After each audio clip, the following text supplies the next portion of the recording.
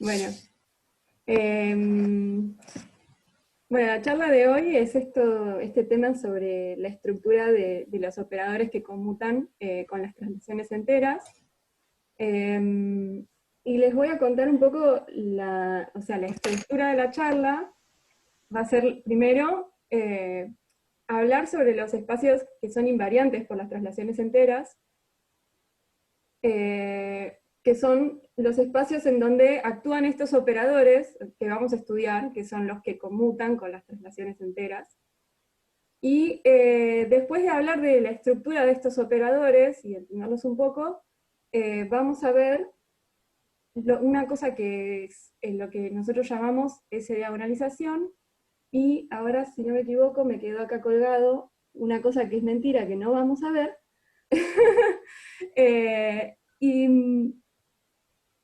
Y quería decirles que, bueno, que este tema de la S-diagonalización es algo que surgió en un trabajo en colaboración con Alejandra Aguilera, Victoria Paternostro y Carlos Cabrelli, y después, bueno, se siguió un poquito más en este tema con Davide Barbieri, Eugenio Hernández y Ursula Molta. Entonces, lo último que voy a contar son todos trabajos en colaboración con ellos. Bueno, empiezo entonces con los espacios invariantes por traslaciones enteras. Bien, a ver, decimos que un espacio, a ver, vamos a agarrar el resaltador. Un espacio, subespacio cerrado de L2 de RD es invariante por traslaciones enteras si cada vez que tomo una función en el espacio, la traslación, o sea, la traslación es esta que está acá, es trasladar a la X por un K entero, siempre me cae adentro del mismo espacio. Bueno, estos espacios tienen interés en la teoría de aproximación, en la teoría de muestreo, o sea, sirven como modelos para espacios de señales en donde se puede muestrear, y también se estudian en la teoría de wavelets. Bueno.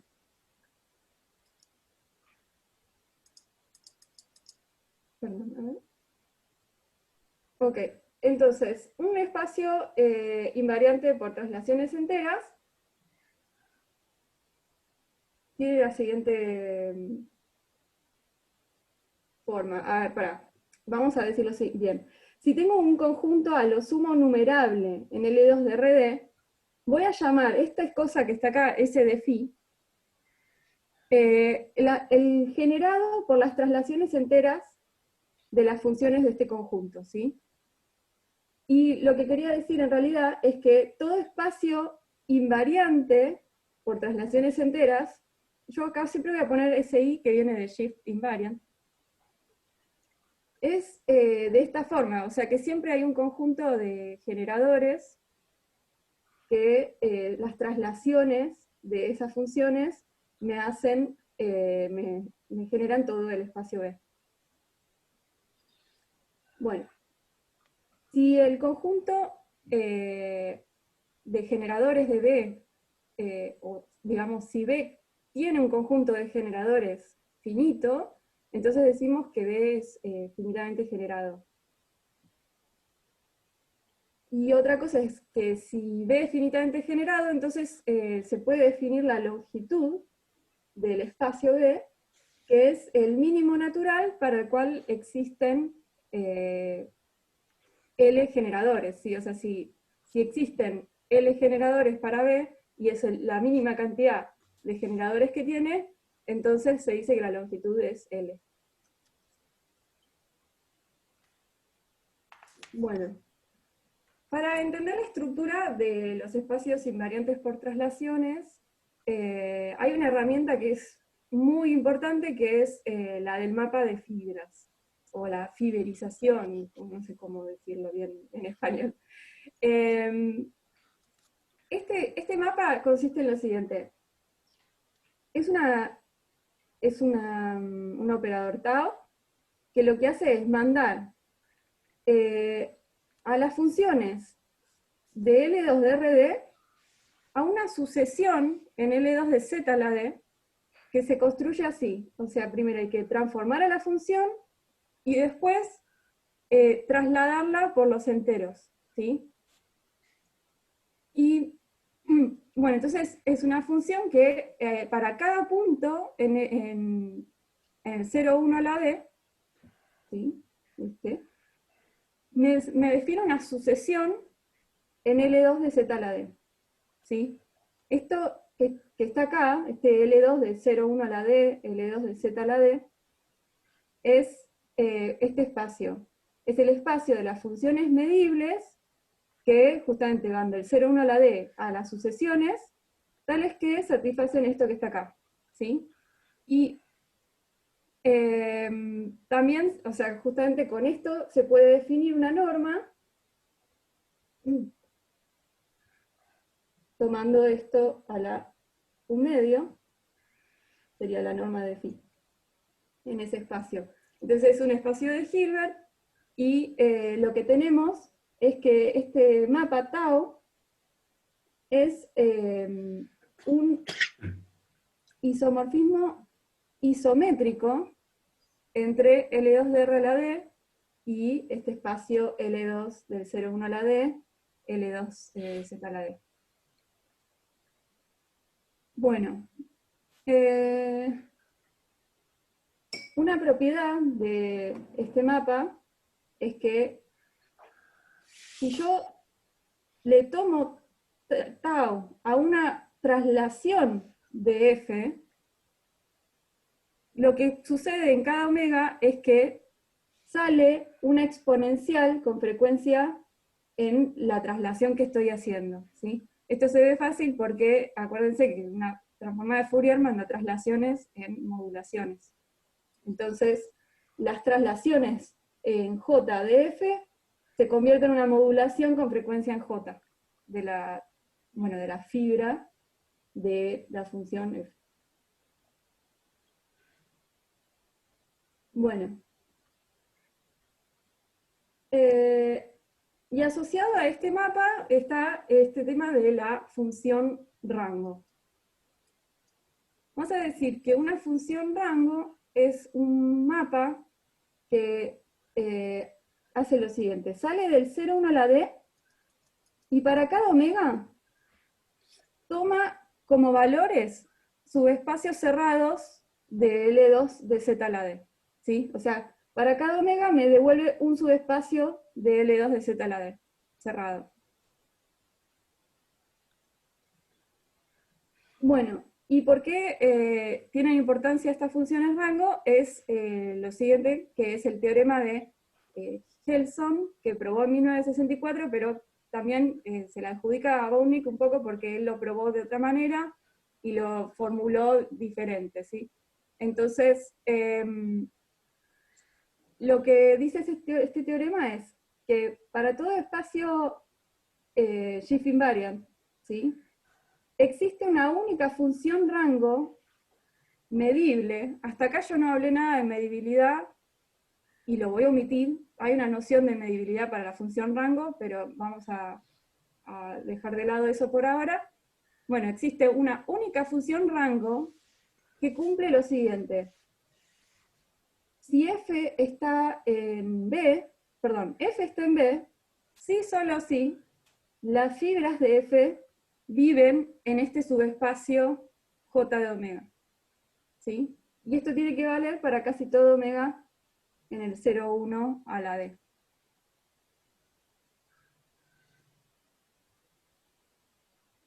Y más aún, en el teorema dicen lo siguiente: si B es generado por un conjunto de funciones phi, entonces el espacio este J de omega asociado a B es justamente el generado por las fibras de este conjunto phi. Entonces,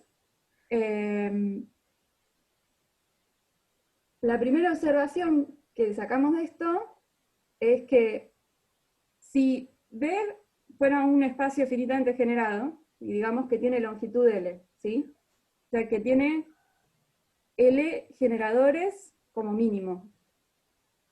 Bueno, entonces, fíjense, si tengo un conjunto que tiene L funciones, el J de omega tiene que tener dimensión como mucho L, ¿sí? Porque está generado por las fibras de esas L funciones, y esto tiene que valer en casi todo omega. Bueno, entonces, ¿qué ganancia tiene esto? Es que nosotros con los espacios invariantes por traslaciones tenemos siempre dimensión infinita. Ahora, al momento que uno mira las fibras, por ejemplo, las fibras de un espacio que es finitamente generado, podemos pasar a problemas de dimensión finita. Y hay mucho más que nos da la estructura de las fibras de un espacio invariante por traslaciones. Por ejemplo,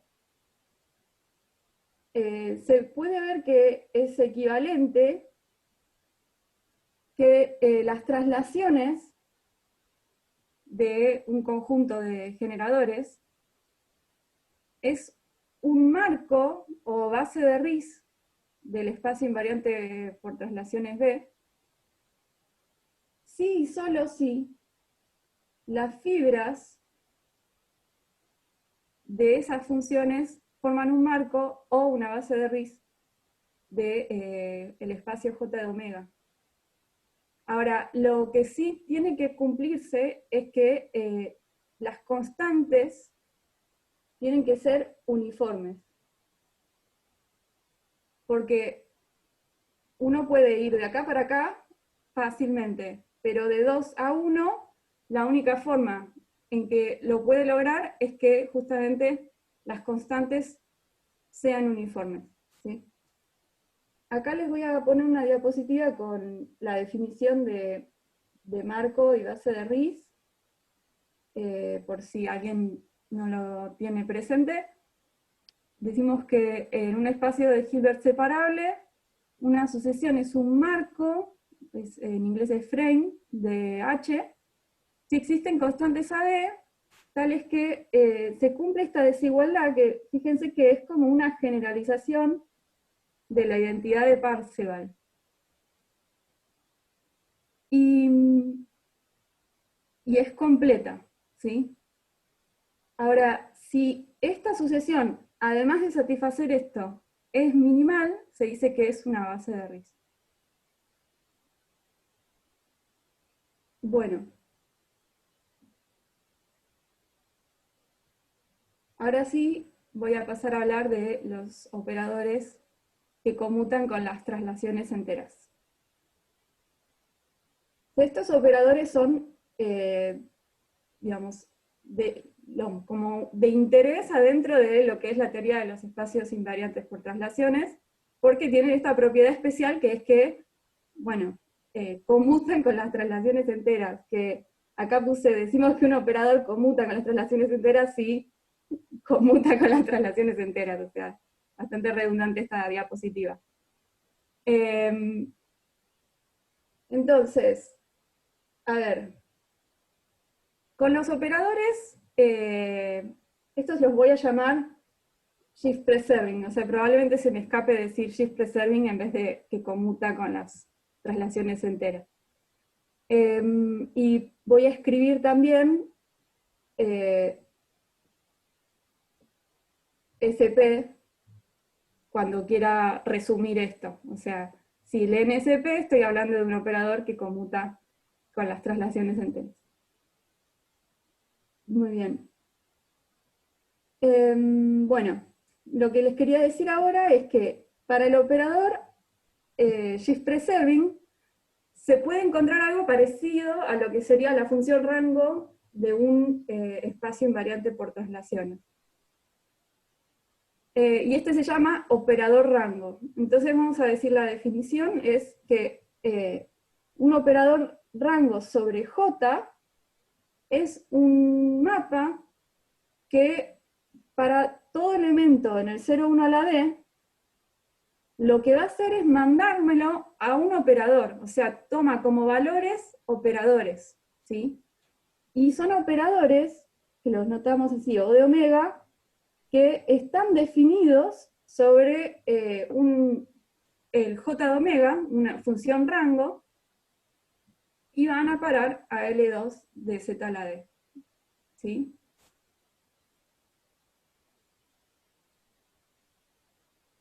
Bueno, y así como teníamos con los espacios invariantes por traslaciones una función rango asociada, para los operadores shift preserving, lo que tenemos es un operador rango asociado. Este resultado se debe a Bonick, que dice que todo operador acotado shift preserving, que va de B a L2 de R a la D, tiene asociado un único operador rango medible, otra vez estoy omitiendo el tema de la medibilidad, que cumple que el operador este, O de omega, cuando lo evalúo en las fibras de una función que vive en B, esto es lo mismo que calcularle las fibras a aplicarle el operador L a la función F. En casi, o sea, esto vale puntualmente, ¿no? En cada omega se cumple esta relación. En casi todo omega. Bueno, y más aún, se tiene que la norma de L es justamente el supremo esencial de la norma de estos operadores O de omega. El supremo en el 0,1 a la D.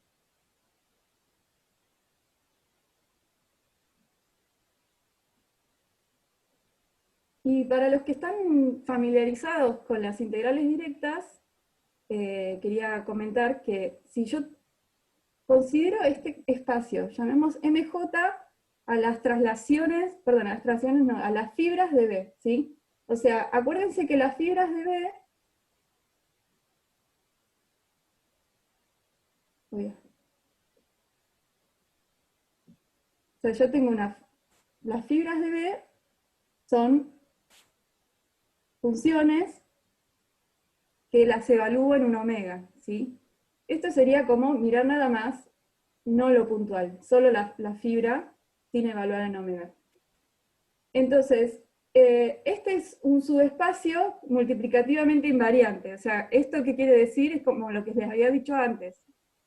Si B es invariante por las traslaciones y tau manda las traslaciones en modulaciones, entonces este espacio es invariante por las modulaciones, ¿sí?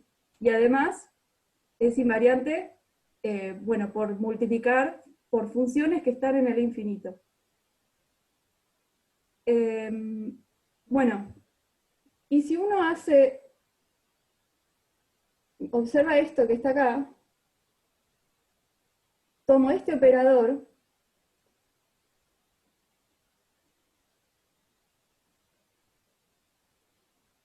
que es el conjugado por este mapa tau de las fibras, entonces va de MJ en MJ. Y resulta que el espacio MJ es la integral directa de estos subespacios J de omega. Y este operador elemonio es un operador que se descompone en integral directa de operadores O de omega que están definidos en estos espacios J de omega. Si no están familiarizados con las integrales directas, ignoraré esto. Ahora, muchas cosas de las que voy a decir a partir de ahora se saben en el lenguaje de integrales directas, y sin embargo igual también se probaron en este contexto de los operadores shift preserving, y lo probó Bonick e Iverson en un trabajo muy reciente, varias cosas de las que voy a enumerar ahora. Bueno, entonces, a partir de ahora lo que voy a hacer es pensar que el operador en realidad va de B en B, ¿sí? Y en este caso, el operador rango, o de omega, va del J de omega y va a parar a J de omega, en casi todo omega.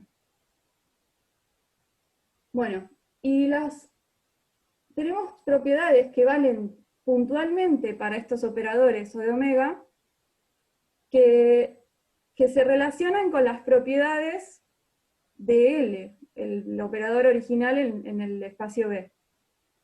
Por ejemplo, se puede ver que si tengo L, un operador shift preserving, entonces su operador adjunto también es shift preserving. Y entonces tiene un operador rango asociado. Y el operador rango asociado satisface que justamente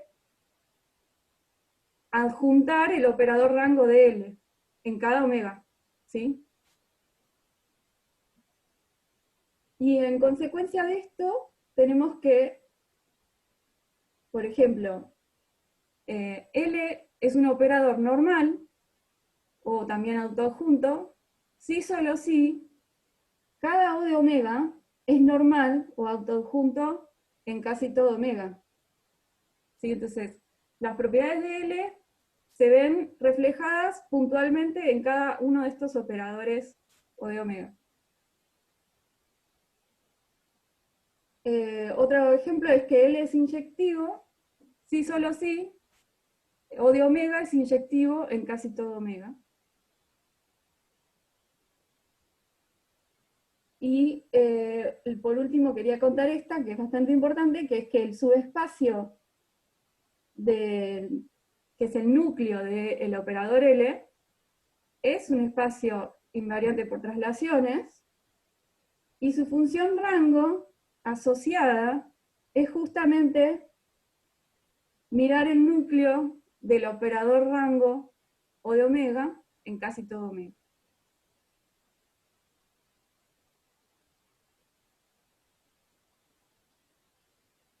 Y ahora quería contar un poco algo que tiene que ver, o sea, la relación entre el espectro del operador L y el de su operador rango. Entonces, bueno, vamos a decir L, seguimos mirando lo de B en B, un operador shift preserving acotado y O su operador rango. Entonces lo que vale es que el espectro del operador O de omega siempre está incluido en el espectro del operador L en casi todo omega. Y tenemos la siguiente relación en el cálculo funcional boreliano, que es que si asumimos que L es normal, y tomamos H una función compleja boreliana acotada, que está definida en el espectro de L, en particular está definida en el espectro de O de omega. Y bueno, se ve que el hacer cálculo funcional eh, para este operador L me devuelve siempre operadores que son shift preserving, o sea, H de L es un operador shift preserving. Y como uno esperaría, su operador rango es hacer H en O de omega para cada omega, ¿sí? Bueno, y otra cosa es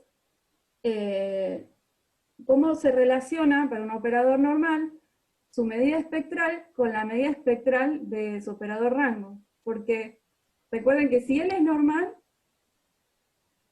O de omega es normal también. Entonces, si tengo una medida espectral para L, y también E de omega viene a ser la medida espectral de O de omega, ¿sí? ¿Qué relación tienen estas dos medidas? Es que, bueno, si tengo un conjunto B complejo boreliano, E de B me define un operador que es shift preserving. Y encima su operador rango es justamente mirar la medida E de omega en B. Bueno, entonces esto sería como lo que se conoce en relación entre el espectro de un operador y el espectro de su operador rango, o sea, en cada punto. Ahora, uno podría preguntarse qué pasa si hasta acá solo estamos diciendo que él es normal, ¿no? Entonces, ¿qué podría decir yo, además darle más condiciones a L para tener más estructura? Lo primero que podría pensar es pedirle que L, además de normal, sea compacto, y para eso tenemos que L es diagonalizable, y tratar de ver qué relación tiene L y la diagonalización de O de omega, en casi todo omega. Ahora, fíjense lo siguiente. Si L, supongamos que es un operador shift preserving acotado, normal y compacto. Entonces, tenemos que hay una diagonalización para L, ¿no? Tenemos una descomposición así, donde PJ son las proyecciones sobre los autoespacios asociados a los lambda J. Y fíjense que además, como es compacto, estos espacios son espacios shift invariant, o sea, invariantes por las traslaciones, pero además son de dimensión finita, porque el operador es compacto. Ahora, el único espacio shift invariant de dimensión finita es el espacio nulo, porque todos los espacios invariantes por traslaciones son de dimensión infinita. Entonces, todos estos autoespacios tienen que ser el cero. Y por lo tanto, L tiene que ser cero. Ahora, lo que acabamos de decir, de hecho, es que todos los operadores shift preserving compactos tienen que ser el operador nulo, ¿sí? Eso tira abajo bastante de lo que uno quería decir con el caso de operador normal y compacto. Y, sin embargo, se puede ver que L podría no ser compacto, pero sus fibras, cuando digo sus fibras me refiero a O de omega, sí lo sea en casi todo punto. ¿Sí? La forma más fácil de entender esto, o sea, el caso más fácil de entender, sería pensar así. Tengo O de omega, que sale de J de omega y va a parar a J de omega. Y supongamos que la dimensión de cada uno de estos espacios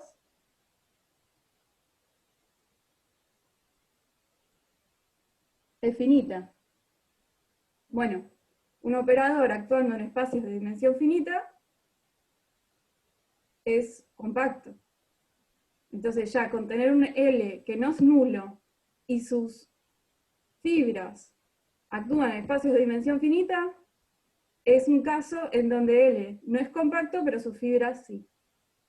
Entonces, en principio pensemos, veamos mejor este caso de la dimensión finita, ¿sí? Esto. Esta condición de decir que la dimensión de J de omega sea finita en casi todo punto, no es lo mismo que decir que B sea finitamente generado. Solo estamos diciendo que en cada punto la dimensión es finita, pero podría no ser uniformemente acotado. Ahora, si B es finitamente generado, acuérdense que sí, que en ese caso la dimensión de J de omega es siempre menor que la longitud del espacio, y en ese caso esta condición está asegurada. Bueno, entonces supongamos ahora esto, que la dimensión siempre es finita. Se puede ver que existen conjuntos medibles, que lo llamamos A sub n, que cumplen lo siguiente. Me dan una partición, o sea, desde el n igual a 0 hasta infinito, esto es A sub n, me genera una partición del 0, 1 a la d, Y en cada uno de estos espacios, la dimensión de J de omega es n, exactamente n. Bueno, entonces, cuando nos restringimos a estos espacios, este operador O de omega, que va de J de omega en J de omega, es una transformación lineal que actúa en un espacio de dimensión n. Y se puede ver, o sea, se puede tomar una base apropiada, y se puede ver que el operador rango tiene una representación matricial de n por n, donde todas las entradas son funciones medibles que son periódicas y acotadas. Entonces, cuando estamos en dimensión finita, piensen que el operador rango es un operador, perdón, es un mapa de matrices, ¿sí? O sea, para cada omega tengo una matriz. Va a ir variando el tamaño, pero cada vez que nos restringimos a estos conjuntos a sub n, tenemos que son de dimensión n por n.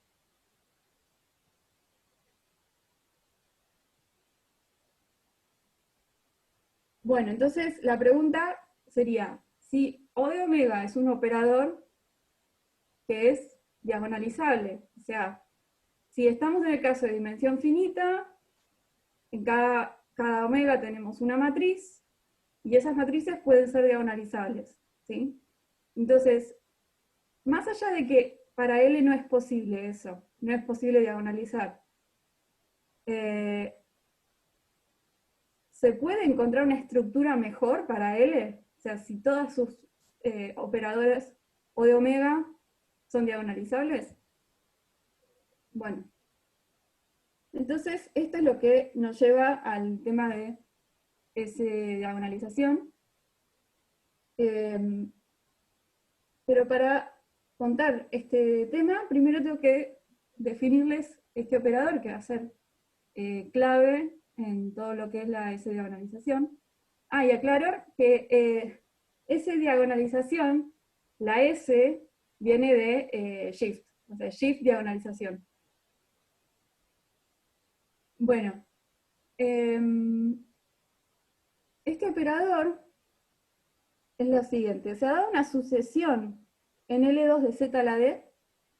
Vamos a definir un operador que va de L2 de RD a L2 de RD como una combinación lineal de las traslaciones enteras con coeficientes en esta sucesión A.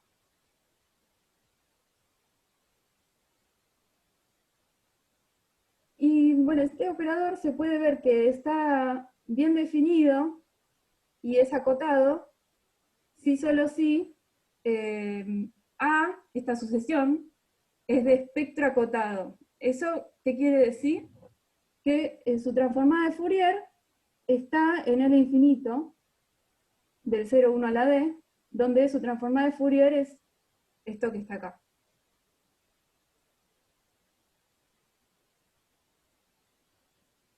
Y otra cosa que se puede ver es que si yo le tomo tau, el mapa de las fibras, a aplicarle lambda sub a una función f, fíjense que todas las traslaciones de lambda sub a se convierten en modulaciones, ¿sí? Al aplicarle tau. Por lo tanto, todas estas t sub j se convierten en una exponencial así, y nos va a aparecer la transformada de A, ¿sí? Entonces, tomar el mapa de fibras a lambda sub a de f, en cada omega, lo que hace es multiplicar por la transformada de Fourier de a la fibra de f.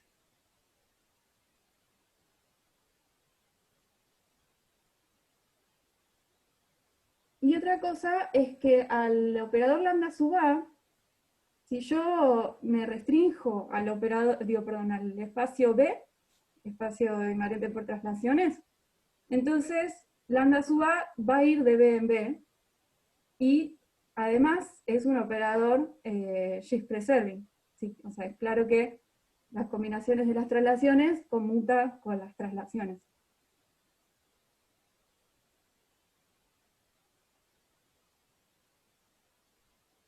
Bueno, y ahora sí, entonces definimos lo que es un S autovalor.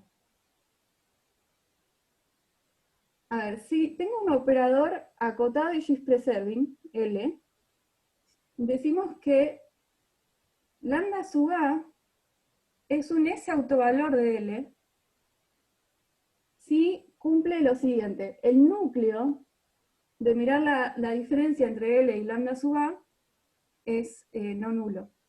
¿Sí? Y estos espacios, este núcleo de L menos lambda sub A, lo vamos a llamar B sub A, y decimos que ese es el S autoespacio asociado al S autovalor lambda sub A.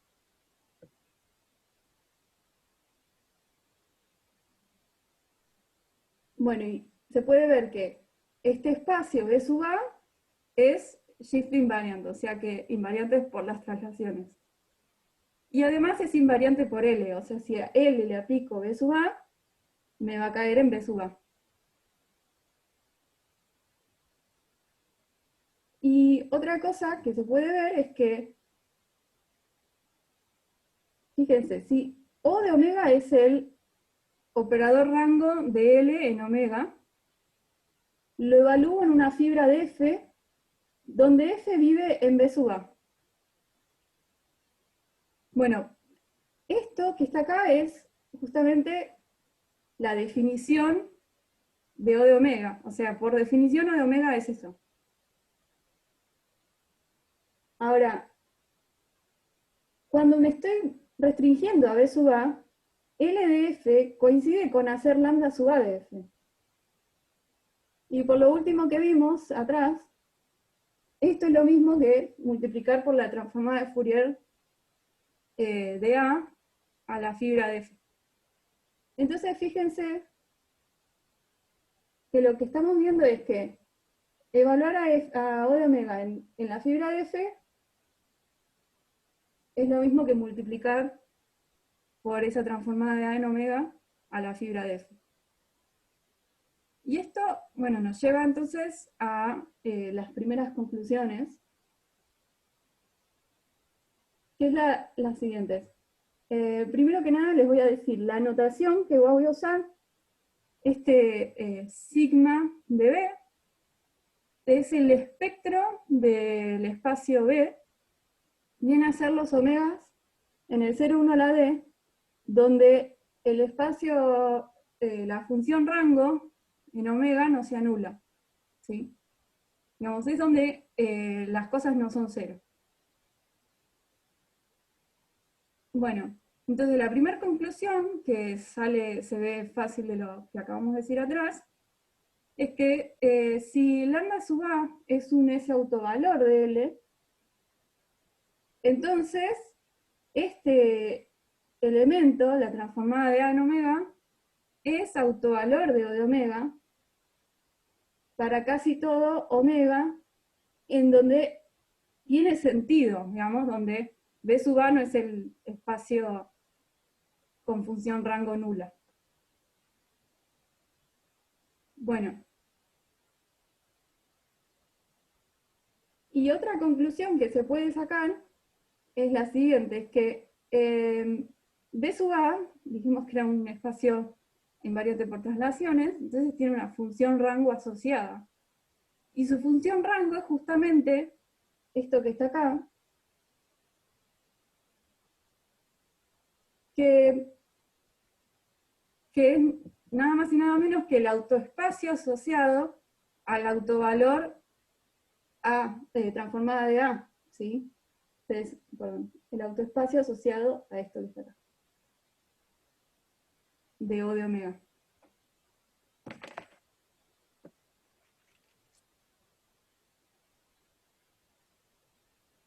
Bueno, y ahora vamos a definir la S diagonalización de un operador shift preserving acotado. O sea, vamos a decir que L es S diagonalizable si existen sucesiones de espectro acotado, o sea que su transformada de Fourier está en el infinito, tal es que todos estos operadores, con la definición que habíamos visto antes, que es la suma de la combinación lineal de las traslaciones, son ese autovalores de L, y además el espacio B se puede descomponer como suma directa de estos S autoespacios.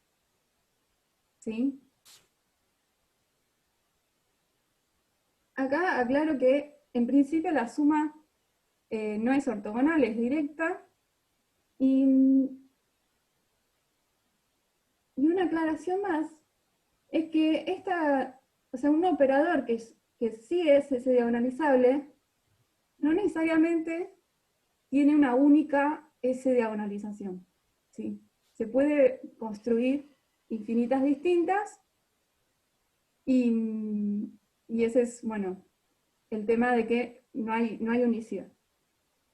Entonces, otra cosa que quería decir es que, fíjense que teniendo esta descomposición y recordando que que estos espacios son invariantes por L, entonces a L siempre lo podemos restringir a cada uno de estos S autoespacios, y en esas restricciones L toma una forma más sencilla, que es la combinación de las traslaciones enteras.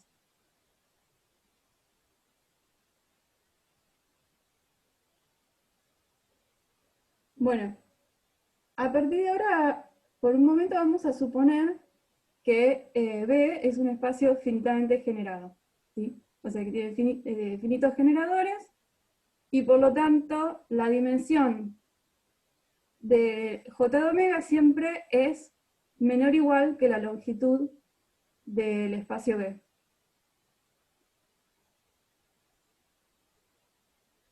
En el caso donde B es finitamente generado, si L es S diagonalizable, entonces la diagonalización se puede ver así: una cosa finita, una suma finita de autoespacios, S autoespacios, donde R, o sea, la cantidad de S autoespacios, no puede, o sea, puede, pero podríamos pensar que no supera la cantidad de generadores, porque ese sería superar la cantidad, la dimensión de las funciones rango nombre. Bueno, entonces el teorema más, digamos, cerrado que conseguimos para esta generalidad es la siguiente. Son equivalentes para un operador Schiffer-Sebring y acotado, son equivalentes que sea S diagonalizable y que O de omega sea diagonalizable en donde el espectro, o sea, cuando omega vive en el espectro de B, o sea, donde las fibras no son nulas, pero con esta cosa que está acá, que hay que pedir, es una condición de uniformidad que se necesita cuando uno quiere ir de acá para acá. ¿Sí? Acuérdense siempre que pasar de los espacios invariantes por traslaciones a las fibras siempre es el camino fácil, pero de las fibras sacar conclusiones para arriba es el camino donde siempre hace falta una cierta uniformidad. Entonces, ahora les voy a contar un poco de qué se trata esto que está acá escrito. Para el primero les voy a contar la idea de probar que L es S diagonalizable, entonces O de omega es diagonalizable. Y eso es nada más que probar esto que está acá. y se ve fácil, de hecho.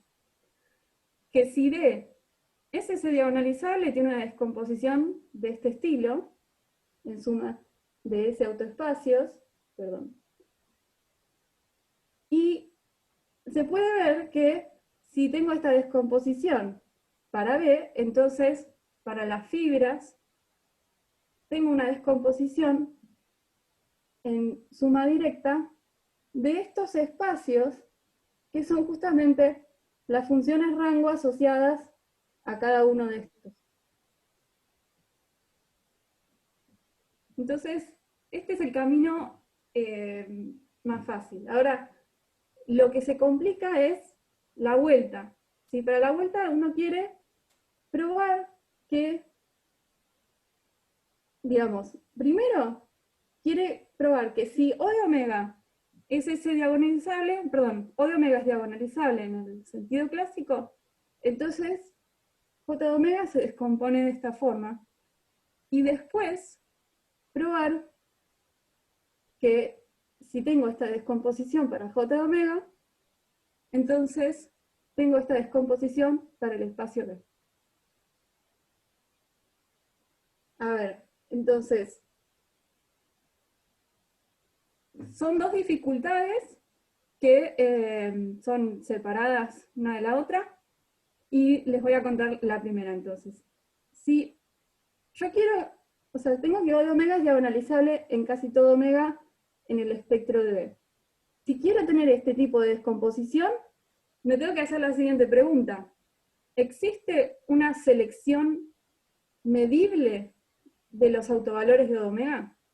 O sea, yo sé que en cada punto O de omega es diagonalizable y tiene tal cantidad de autovalores. Ahora, yo necesito encontrar funciones que sean los autovalores de O de omega, y necesito medibilidad si yo quiero llegar a una descomposición de ese tipo. Entonces, a esta pregunta les digo que primero recordemos que en A sub n es donde A sub n, acuérdense que es el conjunto en donde la dimensión de J de omega es exactamente n. ¿Sí? Bueno, en A sub n vimos que O de omega tiene una representación matricial como una matriz de n por n con entradas que son medibles, son funciones medibles. Bueno, entonces, si tengo una matriz con entradas medibles de n por n, ¿sus autovalores son medibles? Y eso parecía que era algo que sí, o sea, que tenía que estar escrito en algún lado. Y resulta que lo único que encontramos escrito al respecto es un resultado de Ron y Jen, donde probaban el caso autoadjunto. O sea, si la matriz de entradas medibles es autoadjunta, entonces los autovalores en cada omega ordenados de menor a mayor me definen funciones que son medibles. Pero cuando uno saca la condición de que sea autoadjunto, no se puede usar esa misma demostración, y no había nada escrito al respecto, al menos no encontramos. Y entonces tuvimos que probar el caso general, ¿sí? De una matriz cualquiera de n por n con entradas medibles, sus autovalores se pueden construir de forma medible, ¿sí? Y este es el caso en donde nos estamos restringiendo a A de n, en donde la dimensión es constantemente n. Nosotros hicimos un resultado más general, que sería el siguiente. Si tengo un operador rango O sea, lo vamos a mirar directamente desde el lado de las fibras. Tengo un operador rango definido sobre J, ¿sí? Y J cumple que la dimensión de J es menor que infinito en casi todo punto. Entonces lo que vimos fue que existen funciones lambda J, una sucesión de funciones lambda J acotadas, tales que cumplen ¿qué? Puntualmente son distintas, ¿sí? O sea, lambda J es distinto que lambda J' cuando J es distinto de J' en casi todo punto. Y la otra condición es que esta sucesión satisface que en estos conjuntos ANI, ya les digo lo que son, ANI son los omegas en A sub n, o sea, en donde la dimensión es n, tal que la cantidad de autovalores de O de omega es I, ¿sí? O sea, ANI es donde J tiene dimensión n y O tiene I autovalores. Entonces, restringiéndose en cada uno de estos, se puede ver que los autovalores de O de omega son justamente estas funciones hasta la iésima. Bueno, y otra cosa es que estos ANI, la unión en todo n y la unión en todos los i entre 1 hasta n, me particionan todo de nuevo el espacio 0,1 a la d. Sí, 0,1 a la d. Bueno, y con este teorema es que conseguimos construirnos ese autovalores, porque cada una de estas funciones, lambda j, definen, son acotados, entonces son la transformada de Fourier de una sucesión de L2 de espectro acotado. Y así es como uno construye los S autovalores que necesitaba para esta vuelta de acá, o sea, pasar de acá para allá, ¿sí? Pero en principio solo tenemos, con este nuevo teorema, conseguimos una descomposición de este estilo, ¿sí?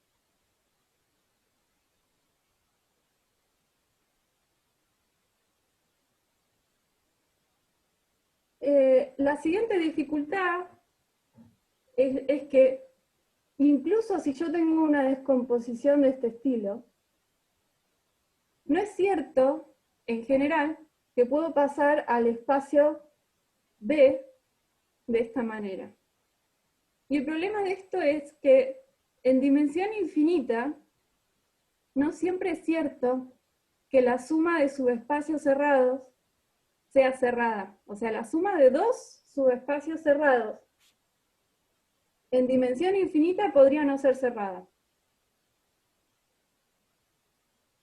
Entonces, para que la suma de espacios sea cerrada, se tiene que cumplir una condición que tiene que ver con el ángulo de Friedrich entre dos subespacios, ¿sí? Entre dos subespacios es lo que se conoce el ángulo de Friedrich. Uno dice que si el coseno del ángulo de Friedrich es menor que 1, entonces la suma es cerrada. Se puede generalizar esto a más de dos subespacios, o sea, una cantidad finita de subespacios. Y además, si uno pide que O de omega tenga sus autoespacios con un ángulo, o sea, que satisface esa condición que acabo de decir muy en el aire, pero de manera uniforme, entonces los S autoespacios de L la cumplen y podemos asegurar que la suma de los S autoespacios va a ser cerrada, ¿sí? O sea, de eso se trata la condición esta que está acá. eso que dice ahí tiene que ver con lo que acabo de decir. Ahora,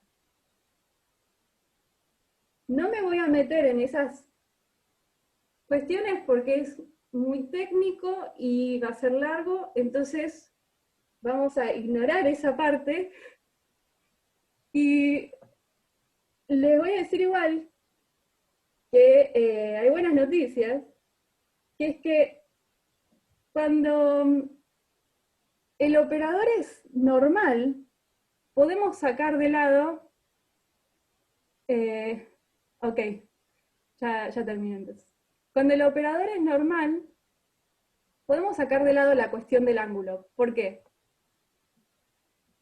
Si B es finitamente generado y L es un operador Gibbs-Preserving acotado y normal, entonces el operador O de omega también es normal. Y como es normal, es diagonalizable. O sea, acuérdense que ahora estamos finitamente generados, entonces dimensión finita. O de omega es diagonalizable en casi todo omega, y además sus autoespacios son ortogonales. Cuando los autoespacios son ortogonales, la condición del ángulo siempre se cumple y no nos preocupamos por esa cuestión de uniformidad. Entonces, se tiene que L es S diagonalizable y además existen S autovalores, lambda 1, lambda R, que me dan una descomposición de L de este estilo, donde P sub B a J son proyecciones ortogonales sobre estos S autoespacios. Y esto se asemeja, o sea, al teorema el teorema espectral, ¿sí? Entonces, para L, actuando sobre un espacio finitamente generado, si le pedimos normal, entonces tenemos una descomposición en finitos operadores de esta forma, y que tienen una estructura mucho más sencilla, que es nada más que una combinación lineal de traslaciones de los operadores, perdón, una combinación lineal de las traslaciones. Bueno, me he pasado entonces de tiempo y voy a terminar acá. Así que, gracias.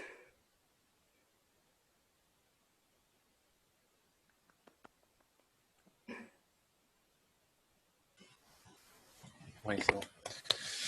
Bueno, ¿alguna pregunta, comentario, duda que quieran hacerle? ¿No? Bueno, bueno, qué sé yo. Primero, qué raro eso. Bueno, primero, muy linda la charla, muy buena. Qué raro eso de que no hubiera resultados sobre medibilidad de autovalores. Eso me pareció Sí, notable, ¿no? Uno hubiera dicho, bueno, busquémoslo donde están. No, pero no hay. O sea, nosotros también como que decíamos, bueno, siempre fue, mirá si no van a ser medibles. Claro, por eso, no que si no van a ser, que si no las podés elegir medibles, ¿no? Porque el tema con los Claro, normales es que no tenés un orden fijo, claro, es entonces, que hay miles de formas, infinitas formas claro, de elegir a los autovalores, pero siempre hay una que es medible. claro, con los autopuntos como están ordenados, tenés una que es natural, pero en los normales no, pero que no haya ningún resultado que diga siempre podés elegir. Ahora hay, Claro, sí, por suerte, ahora hay eso. ahora hay. Y segunda una pregunta, pero sí, al menos visto de afuera, que de afuera uno no mira las cuentas feas, entonces piensa que todo es más fácil. La Sí. primera parte, al menos, que sea RN y ZN y no un grupo en su dual, casi No, que. sale todo igual, o Ah, sea, se claro, generaliza perfectamente a grupos localmente compactos abelianos. claro. Pero no sé si esta última parte de diagonalización, esto debe ser más difícil, No, o eso también. esto Ah, también. también. Ah, Sí, sí, sí, sí. o sea que ya lo hicieron, ya lo pensaron, todo. Qué bueno, Sí. buenísimo. Claro. Es que es inmediata, o sea, no, realmente los trabajos de Bouwnik, por ejemplo, este último, el de Bouwnik e Iverson, directamente trabaja en esa generalidad, entonces Ah, claro, mira. todos los resultados que nosotros tenemos están como construidos sobre esa teoría, y ahí ya está hecha en ese contexto, entonces sale todo naturalmente. Perfecto. Bueno. Ujú. Yo no sé si algún otro más quiere preguntar algo.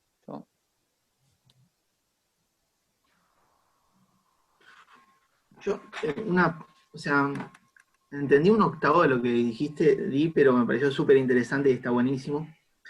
Pero, sí, un octavo, quiero ser generoso, pero es claramente porque es todo muy profundo, me parece. Pero el mapa ese que agarra, eh, creo, digamos, un shift invariant y le da subespacios. Sí, Si es que eso existe y entendí bien. Eh, sí. ¿Qué estructura preserva, digamos? ¿Preserva la métrica, digamos? Eso me lo perdí un poco. O sea, lo que pasa es que o sea, primero el mapa de fibras es isomorfismo isométrico. De una. Y este espacio, este que me estás diciendo, Ese, J sí. omega, Ujú. cumple justamente que todos los elementos de B, o sea, todos los que están en B, sus fibras están en J omega. Entonces, eh, la métrica la preserva en realidad en el sentido de la norma de F es lo mismo que la integral, pongamos al cuadrado, es lo mismo que la integral de la norma de su fibra. Mm. Entonces, vos, en este sentido sí se preserva la métrica. Ahora, el tema es qué pasa cuando eliminás esto, o sea, lo mirás las cosas puntuales. Sí, Eh, y además, en los subespacios cerrados, a ver si entiendo bien, vos le podés dar la métrica esta del ángulo de no sé quién que dijiste. Digamos, si pensás en la Grassmanniana, digamos, hay ángulos ahí dando vueltas, y me imagino que uno puede pensar medio lo mismo, que el ángulo de Friedrich ese que decís tiene que ver con la estructura métrica que uno le puede dar a la Grassmanniana, que es subespacio de dimensión fija. Eh, entonces, quizás ahí hay algo de geometría que se me ocurre dando vueltas que puede ser interesante, pero ajá. porque ahora estoy cebado con eso, pero no sé. Bueno, después mostrame, no sé mucho sobre ese No, tema yo yo. Así que- tampoco, pero, pero de una, o sea, nada, estoy divagando, está buenísimo todo.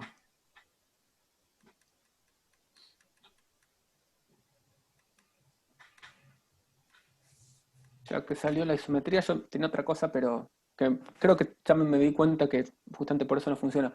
Así como me daba la impresión de que pasar a otro grupo localmente compacto era más o menos, al menos la primera parte, no me animaba a asegurar lo de la segunda. El hecho de que sea tan necesaria esta isometría hace que no puedas cambiar L2 por otro LP, ¿no? Porque es Ah, fundamental, me parece, esta parte de claro. ir al L2 de los... ¿no? O sea, pues, siempre la pregunta es, bueno, ¿qué pasa si en vez de los tenés otro LP? Pero claramente esto, digo, casi una de las primeras herramientas es bien de L2, no sé si hay manera de hacer algo para un Em, LP. La verdad no lo sé, o sea, habría que ver vos decís una cuestión de cambiar así. Es que no sería P, habría que poner un P' en algún lado, pero tampoco seguramente, Claro, porque la transformada de Fourier, pero tampoco te da... Bueno, no sé, eso, no sé qué se puede hacer. Ahí no claro. tenés una isometría tan linda como la de L2, como para tener que todo No, funcione. no te sé decir, pero Suena como que no... Pero digo, esta gente tampoco, no hay cosas hechas, así, no es que ustedes no trabajaron, tampoco vieron cosas hechas. yo no sé, quizás existe, pero yo siempre, digamos, trabajé el caso con P igual a 2. Claro, sí. Sí, yo creo que esta parte de patinar por algún lado, no sé, me suena así. Pero bueno.